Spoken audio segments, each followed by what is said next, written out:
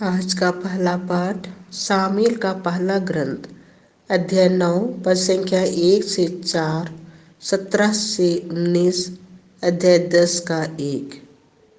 बिन्यामीन प्रांत में कीश नामक एक धनी मनुष्य रहता था। वह अबीएल का पुत्र था। अबीएल सरोर का, सरोर बकोरत का और बकोरत अफिय्याह का पुत्र था।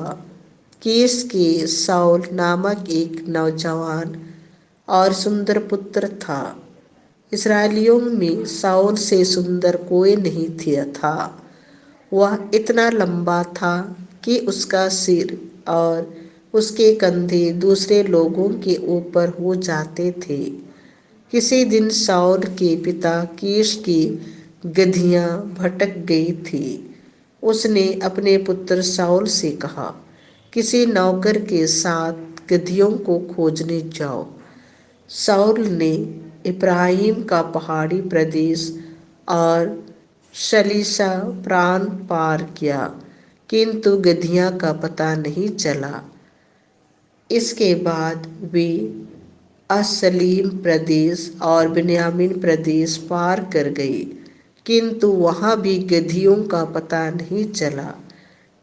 सामुएल ने जैसे ही शाऊल को देखा, प्रभु ने उसे यह सूचना दी, यह वही है जिसके विषय में मैं तुमसे कह चुका हूँ, यही मेरी प्रजा का शासन करेगा।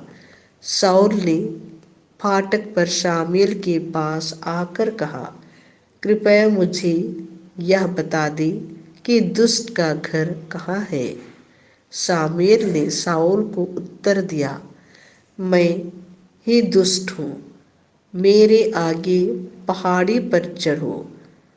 तुम आज मेरे साथ भोजन करोगे। मैं कल सवेरे तुम्हें विदा करूँगा और तुम जिसके बारे में चिंता कर रही हो वह भी तुम्हें बताऊँगा। शामुएल ने तेल की शीशी तेल उसे शाऊल के सिर पर उंडेला। इसके बाद उसने उसका चुंबन किया और कहा, प्रभु ने अपनी प्रजा के शासक के रूप में तुम्हारा अभिषेक किया है। यह प्रभु की वाणी है। संत मार्कुस के अनुसार पवित्र सुसमाचार अध्याय 2 पद संख्या 13 से 17। ईसा फिर निकलकर समुद्र के तट गए। सब लोग उनके पास आ गए और ईसा ने उन्हें शिक्षा दी। रास्ते में ईसा ने अल्फाई के पुत्र लेवी को चुंगी घर में बैठे हुए देखा और उससे कहा, मेरे पीछे चले आओ। और वह उठकर उनके पीछे हो लिया। एक दिन ईसा अपने शिष्यों के साथ लेवी के घर भोजन पर बैठे। बहुत से नाकेदार और पापी उनके साथ भोजन कर रहे थे, क्योंकि वे बड़ी संख्या में ईसा के अनुयायी बन गए थे।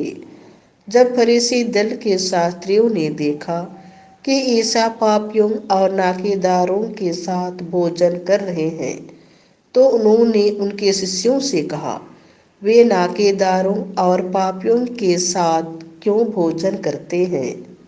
ईसा ने यह सुनकर उनसे कहा, निरोगियों को नहीं, रोगियों को वैद्य की जरूरत होती है। मैं धर्मियों को नहीं, पापियों को बुलाने आया हूँ। यह प्रभु का सुसमाचार है।